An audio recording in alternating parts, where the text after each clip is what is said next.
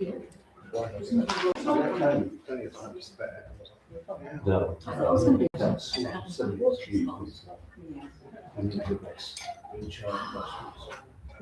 He's just going to screw this 6 months. All right, good worship the man. Tom Buckley.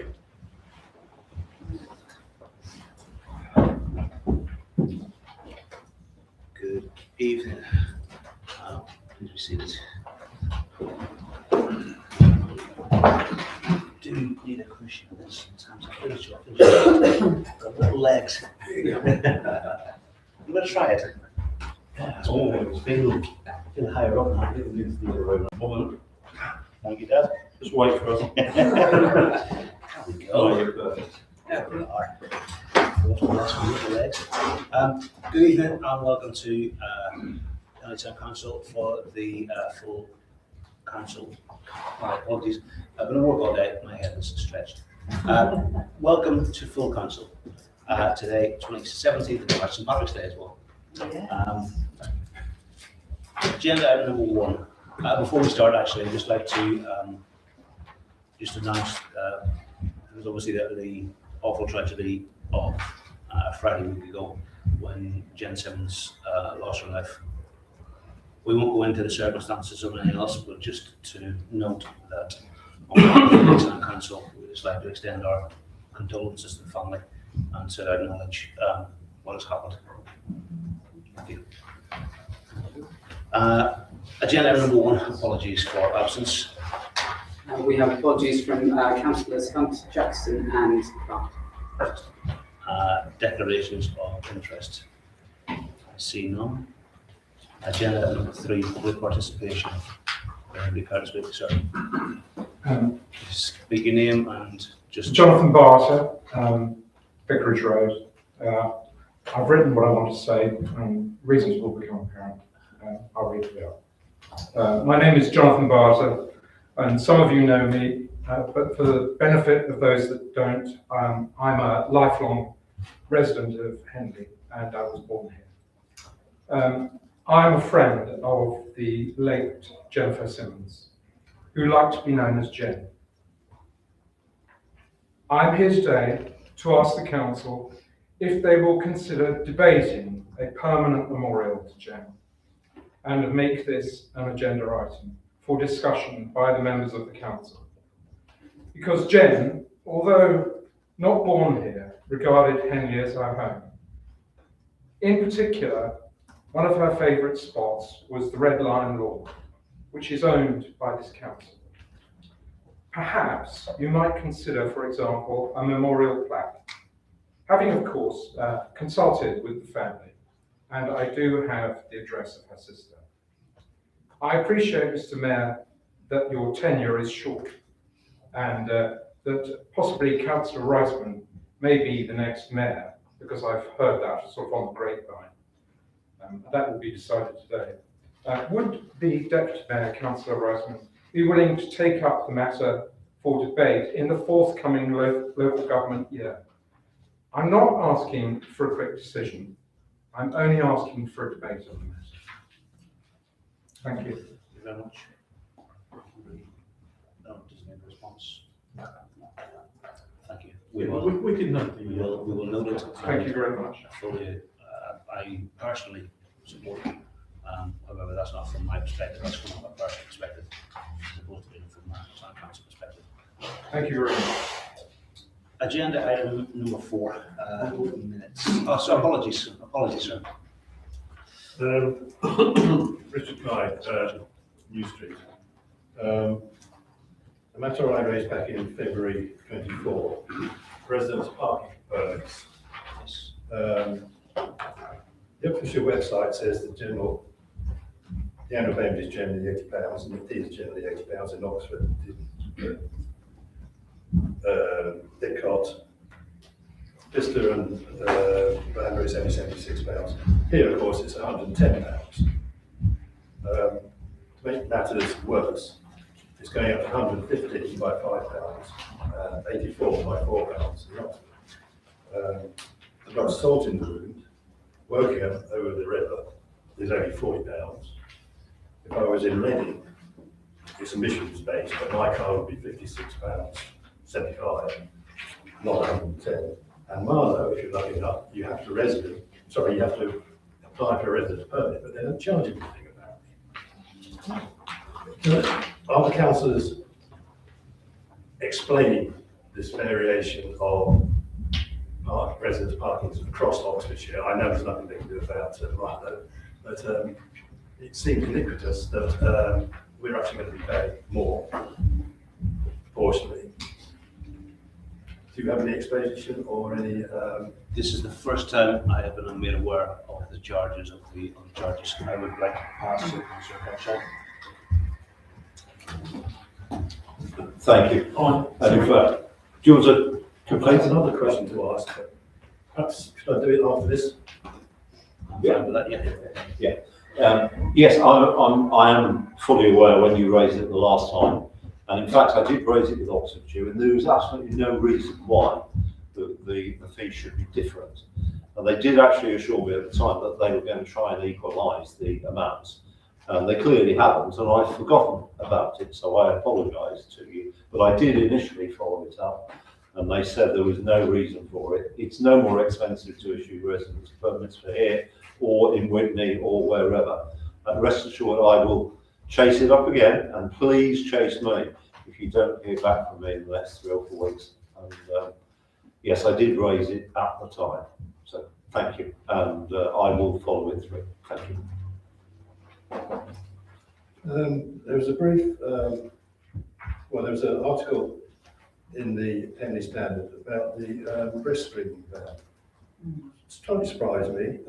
It's not, apparently it's going to be discontinued due to parking issues at Townlands Memorial Hospital, meaning there's no longer space for the mobile screening ban.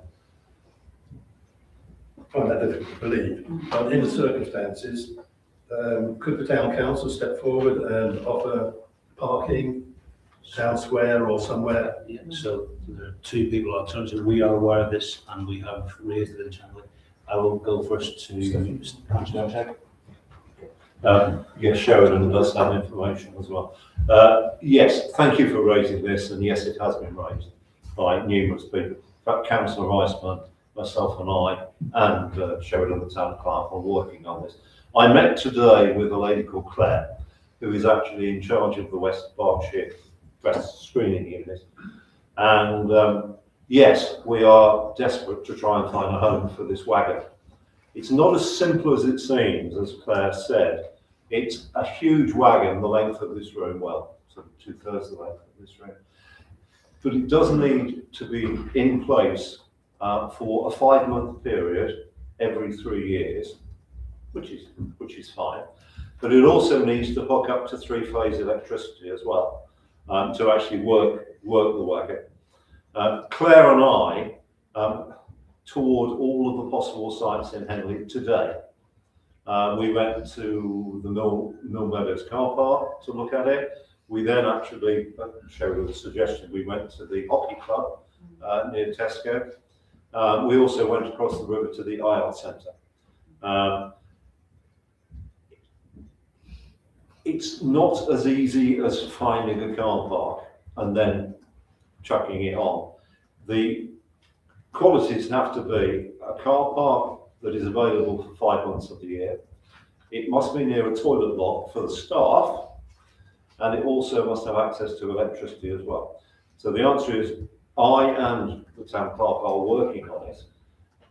Claire is evaluating all of the sites that have been suggested, and she will then come back to Sheridan and I, and also Ian as well, to actually say, well, these are the possible suitable sites for it. And then we will negotiate with the landowners or with ourselves, if it's our land, to actually try and get it going. You're absolutely right, it is vital. Councillor Miller also raised this about a week and a half ago. You're absolutely right that this breast screening wagon has got to come to Henley and provide a service, rather than going over to the Raw Box for this service. So rest assured, we're on the case and we're really trying to get something sorted. Thank you. Is that all? Any other public participation? Thank you. We're on to agenda item number 4, which is to approve the minutes of full council from 10th of February. Do I have anyone to propose? Councillor Riceman, second, Councillor Thomas. All in favour? Thank you. Agenda item number 5, reports of committees. In the first planning, 3rd of February, Councillor Thomas. Thank you. I hereby present the minutes of the Planning Committee, which was held on the 3rd of February. Item 1, apologies for absence. 2, declarations of interest. 3, minutes. 4, public participation. 5, plans amended. 6, plans new. 7, objections, call-in applications. 8, decision notices. 9, progress report for applications called in. 10, changes to section 73 applications. And 11, work in progress update reports. I do so move. Thank you very much. In favour? Yes. And next, planning committee from the 17th of February, Councillor Thomas. Thank you. I hereby present the minutes of the Planning Committee, which was held on Tuesday the 17th of February. Item 1, apologies for absence. 2, declarations of interest. 3, minutes. 4, public participation. 5, plans amended. 6, plans new. And then turning to page 11, 7, objections, call-in applications. 8, decision notices. 9, progress report for applications called in. I do so move. In favour? Thank you very much. Next, we go to the Recreation and Communities Committee from 17th of February, Councillor Ross. Thank you. I wish to present the minutes of the meeting of the Recreation and Amenities Committee held on Tuesday, the 17th of February. Item 1, apologies for absence. 2, declarations of interest. 3, public participation. 4, minutes. 5, progress. You can see there is an update on the Baby Loss Memorial Tree. We were hoping to have the event inaugurated on Mother's Day, which was last Sunday.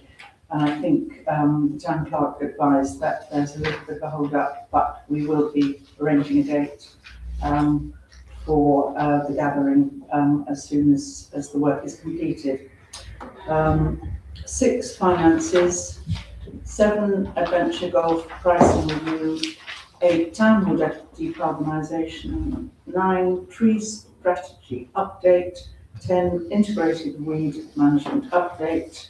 I so move. Thank you very much. All in favour? Going to Town Community from the 24th of February, Councillor Lambert. I present the minutes of the Town and Community Committee meeting held on Tuesday, the 24th of February. Item 1, apologies for absence.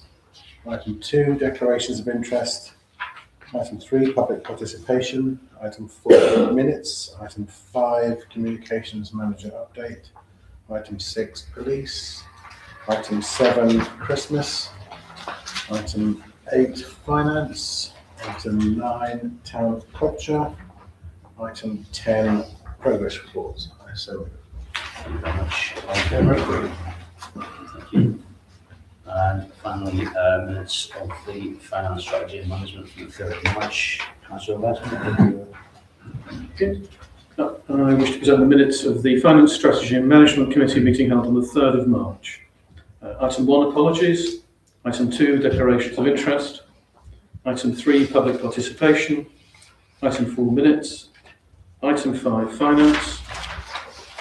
Item 6, grants. Item 7, calendar of meetings.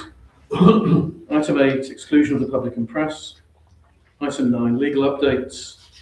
Item 10, red line law. Item 11, salary review. Item 12, stuffing.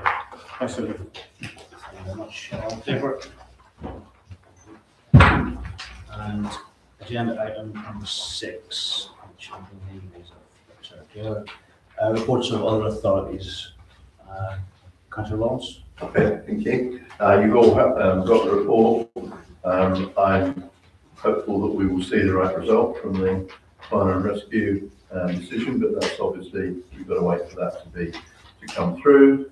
I would urge you to respond to the local government reorganisation. Obviously, we have been seeing a lot of potholes. The team working on those have been trebled. So I think every effort has been made to address them. But there have been a lot of them. I'm seeing some signs that things are improving, I think, certainly the most serious ones. And I was pleased to see some sections of the Hopson Road, the Rolfield Road there, dealt with, which has been an issue for a long time. And there's some good sections being laid there. Obviously, we've got the resurfacing works going on presently.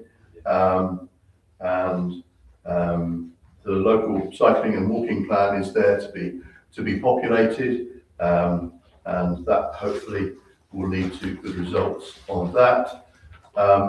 You've got all the report on the budget there, and unless there's any particular questions, I won't dwell on that. Particularly, the government have come forward finally with proposals on SEND, and we're waiting to get the full detail of those. But as expected, it's essentially suggesting that what should be done is improved provision within mainstream schools in order that there's extra support and resource there, rather than going through some of the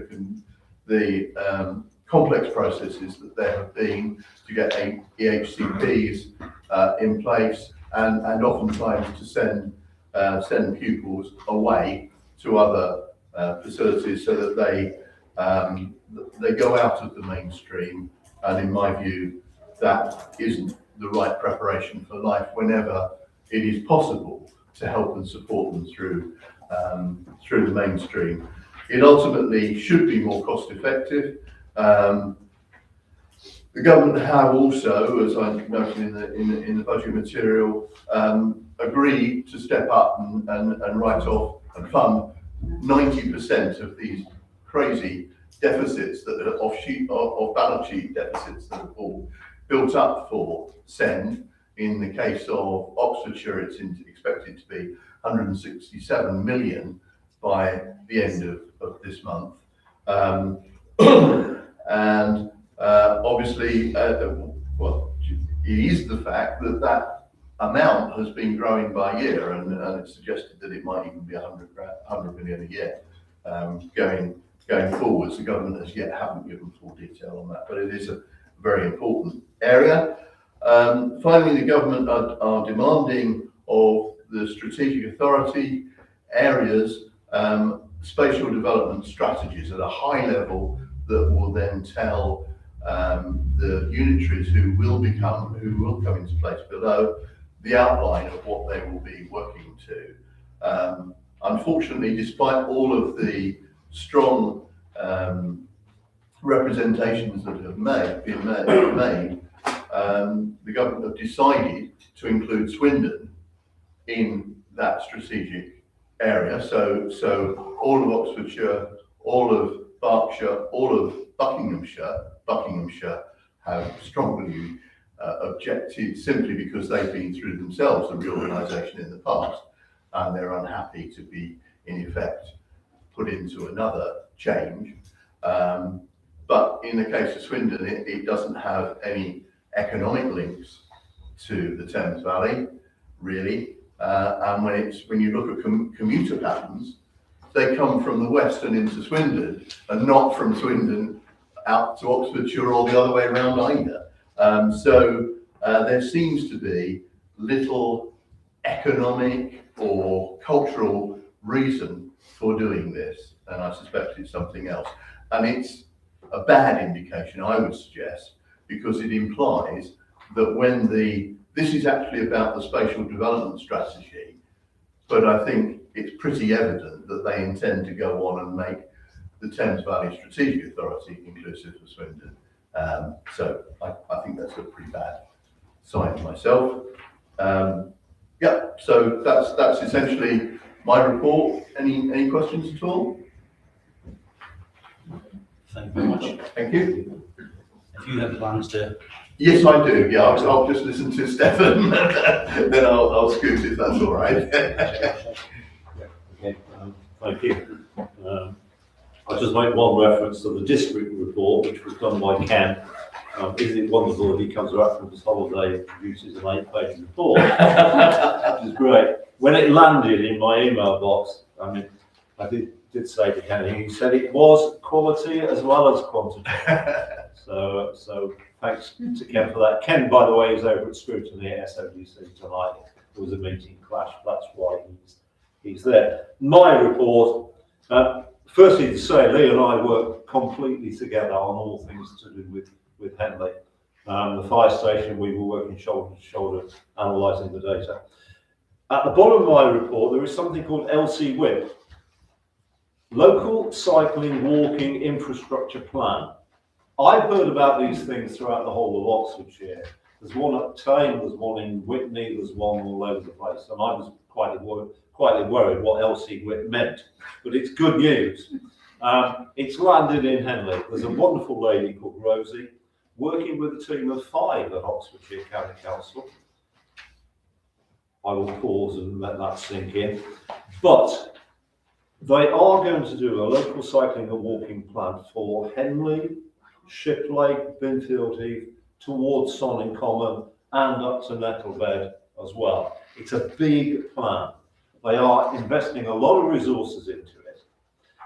And if this plan goes, well, when this plan goes through and it's mapped out, and you will be fully consulted on it, there will be meetings, then they can apply to the government for money directly to get things done.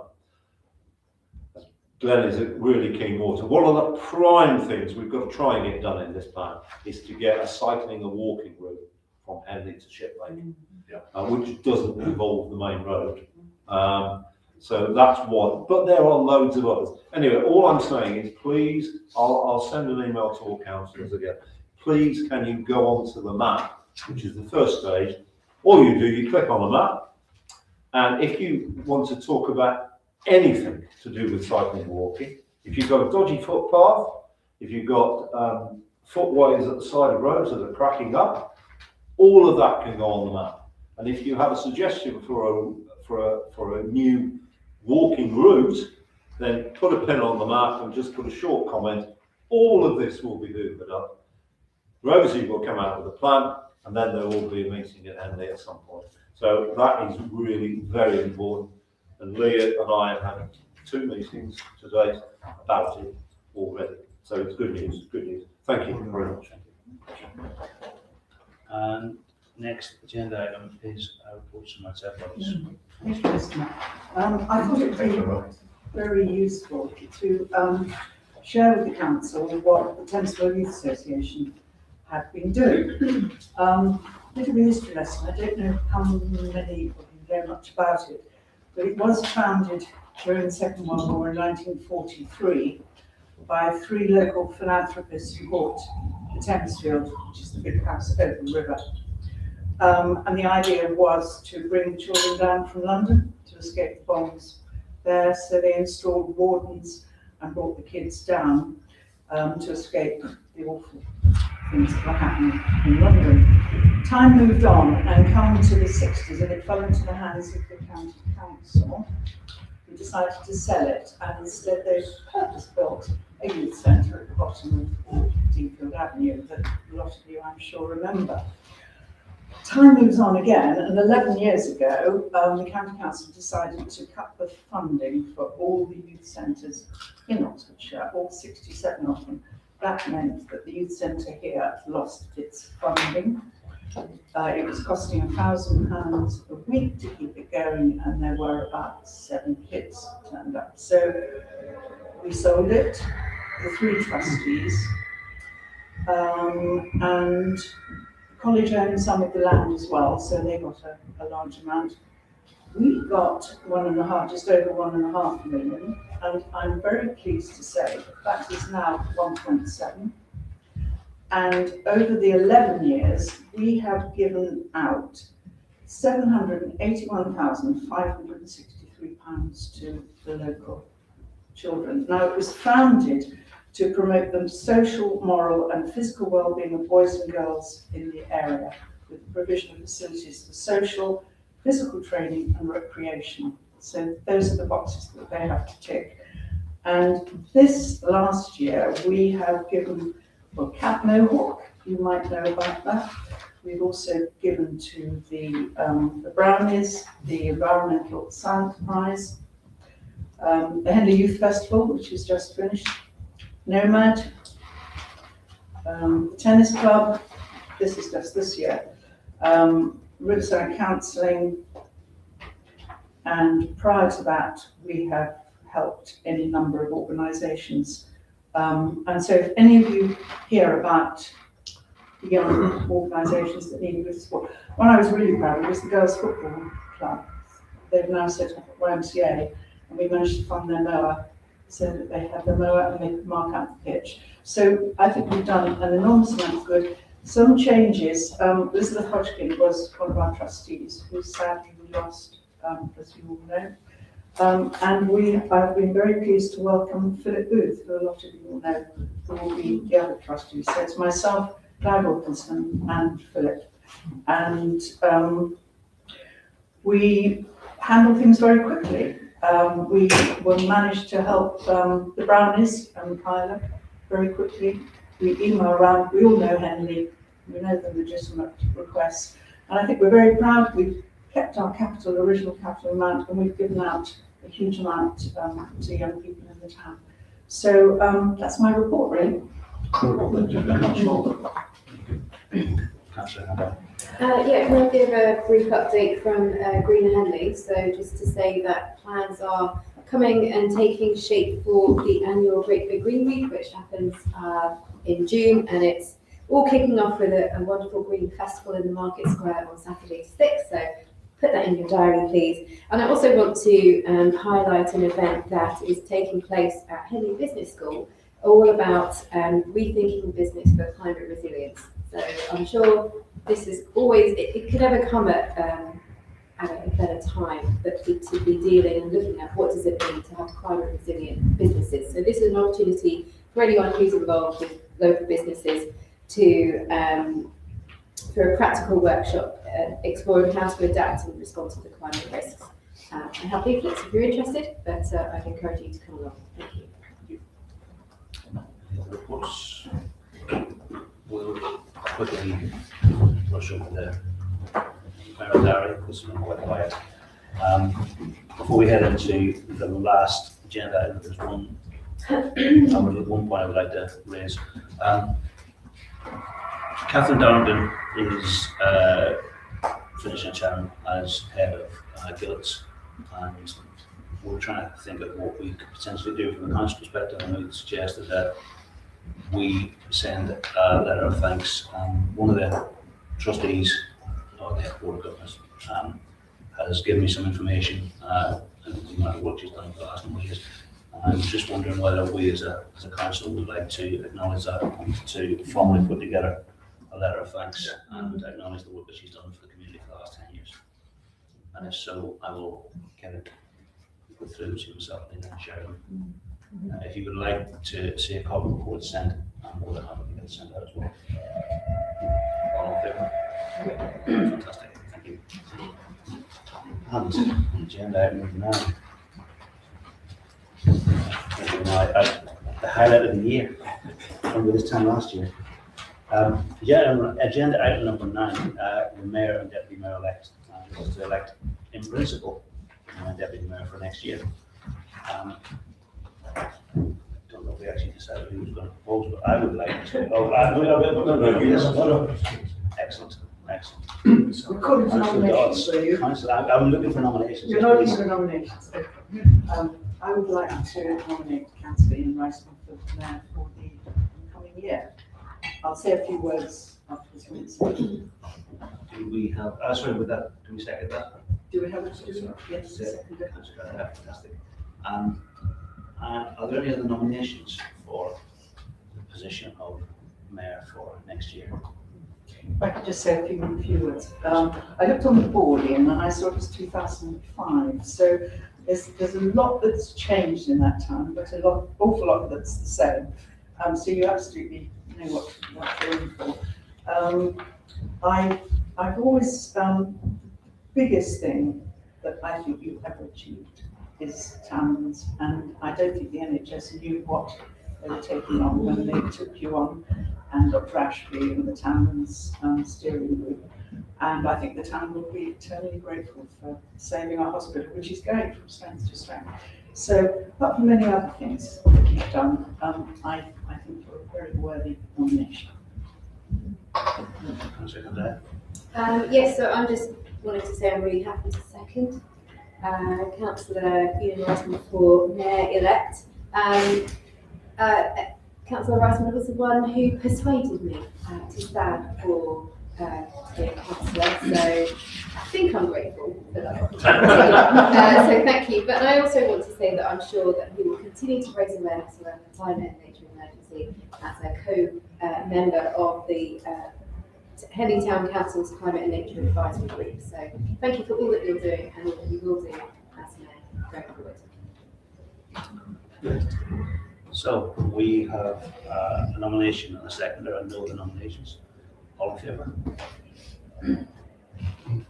So that's what would you like to say? I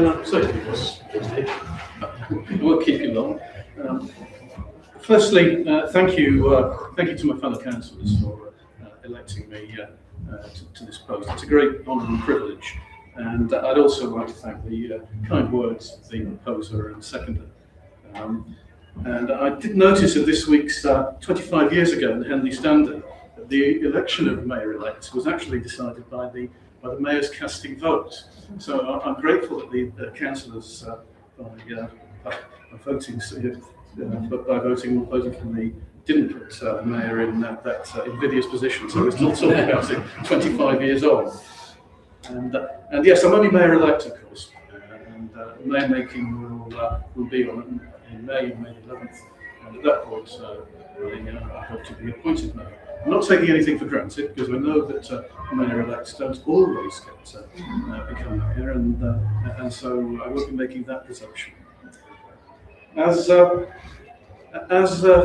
Councillor Dodd said, it was 21 years ago that sounds like a song, doesn't it? Just a song there.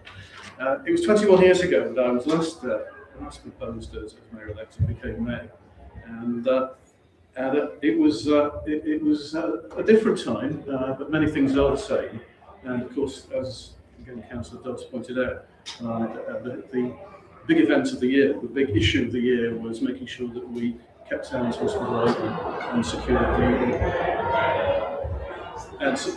the redevelopment, and that was enormously rewarding.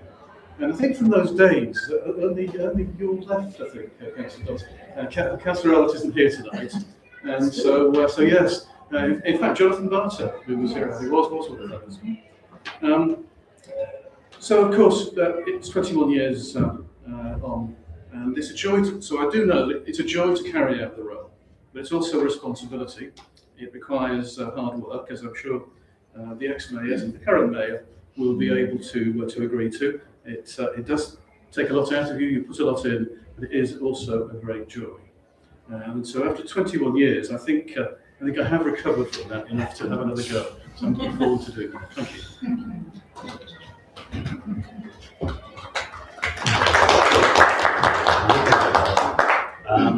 And now move on to nominations for deputy mayor. Councillor. I'd like to propose Councillor Miller. I'll speak in a bit. Do we have any other nominations? In that case, we need a seconder. We do need a seconder. There's a mayor. So we have a nomination and a seconder. Are there any other nominations? I see none. So would you like to say something? Yes, just briefly, I'll just say that Councillor Miller is born and raised in Henley. She's done a tremendous amount for the town over the years, and she was absolutely fantastic mayor last time when she was mayor. And I think she'll be a fantastic deputy. First time she's ever been deputy, I believe. So yeah, it should be good. I'm sure she'll be a terrific support to Councillor Reisman. Fantastic. Do you want to say any words a second? Just to say that I'm going to do a wonderful job and look forward to People in that position. And we have no other nominations, we propose one second. All in favour?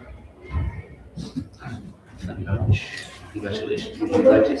Please. I just want to say, yeah, thank you. I'm honoured, very much so.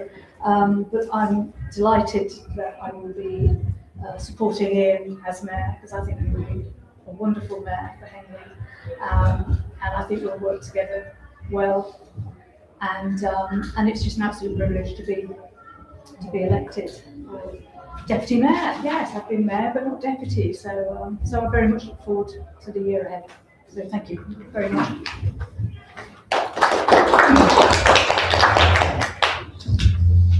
On that note, we can now bring the evening to a close and let everyone have a drink and some nibbles. Free to come into the bar. That's the spider said.